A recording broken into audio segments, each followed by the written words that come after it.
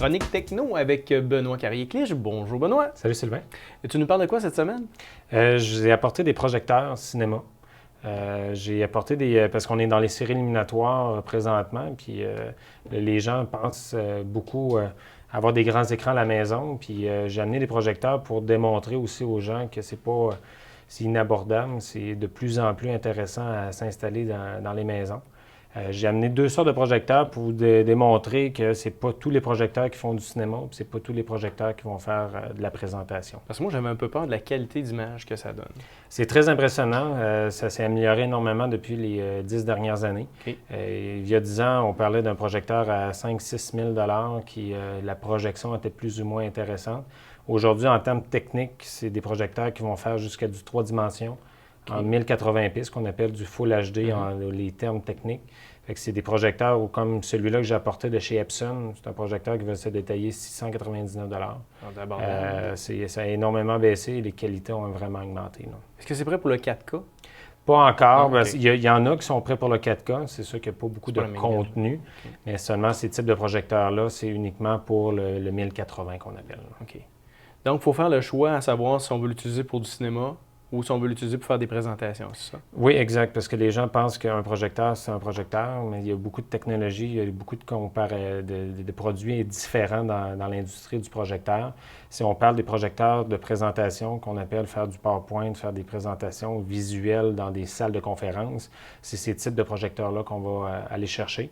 Il existe beaucoup de marques, beaucoup de modèles, mais pourquoi qu'on va aller chercher des projecteurs comme ça? C'est pour la luminosité. Okay. Quand on est dans une salle qui est très éclairée, souvent qu'on a besoin d'avoir, c'est une salle de cours, justement. Exactement, parce que de la lumière pour prendre des notes, bien, les projecteurs doivent être quand même puissants pour projeter.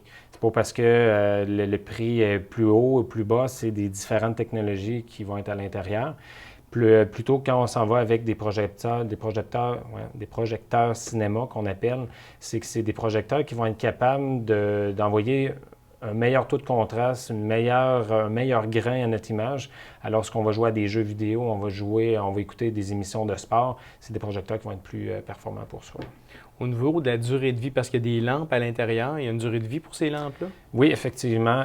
Les projecteurs, peu importe le modèle, la marque, on parle d'une durée de vie entre 3000 et 5000 heures pour la lampe. Le 5000, c'est quand on va être en mode économie d'énergie, mais la plupart du temps, on va le mettre au maximum de sa capacité. C'est une lampe qui vient déjà inclue avec les projecteurs. Par contre, quand on va avoir la remplacer, ça va virer aux alentours de 350 à 400 $. Mais c'est une lampe, c'est comme on change un globe. La lumière revient à 100 versus un téléviseur, avec les années, ils vont perdre un peu de son efficacité. Puis on ne peut pas remplacer maintenant avec les nouveaux panneaux, c'est pratiquement pas réparable? Projecteur comme ça, c'est quand même difficile à réparer, là, par exemple. Puis dans les grandeurs de toile qu'on est capable d'aller projeter, si on s'en va avec des projecteurs standards de présentation, c'est pas le but d'avoir des 300 pouces d'écran. Souvent, ça va être des toiles entre 80 à 120 pouces. Mais quand on va aller avec des projecteurs cinéma, on est capable de tomber à des 300 pouces d'écran. Puis souvent, lors que vous allez décider votre projecteur, il y a la toile qui est aussi importante. C'est pas juste de dire qu'on va projeter sur un mur blanc. Il faut avoir une toile qui est capable de réfléchir la lumière pour donner un meilleur... un maximum. Là, Exactement. Puis les toiles, c'est pas nécessairement si cher. On va parler environ d'un 120 pouces d'écran diagonal pour environ entre 175 et 200 $. Puis jusqu'à 300 pouces, on peut tomber à peu près à 500 $ pour la toile. J'aimerais ça, Benoît, qu'on regarde peut-être les prises à l'arrière. Peu importe le modèle, le type de projecteur qu'on choisit, est-ce que c'est pas mal toujours les mêmes prises? Oui, bien aujourd'hui, on parle, tout le monde a en tête HDMI. Ces projecteurs-là sont munis de toutes les prises numériques sur le marché et aussi les anciennes prises analogiques qu'on appelle le jaune, le rouge, le blanc. Et il va y avoir aussi une prise pour le PC, qu'on appelle une prise bleue.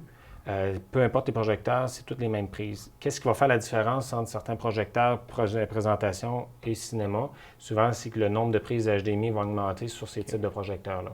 Ce qu'il faut dire, c'est qu'un projecteur, c'est pour l'image. Il n'y a pas de son. Parce que vous voyez, il y a des entrées vidéo et audio, mais le son, il y a un petit haut-parleur à l'intérieur, mais on n'aura jamais le feeling ou la sensation du cinéma maison. Là. Il faut se prévoir un bon système de son aussi. Oui, ça, c'est primordial là-dessus. Parfait. Bien, je te remercie beaucoup, Benoît. Merci, Sylvain.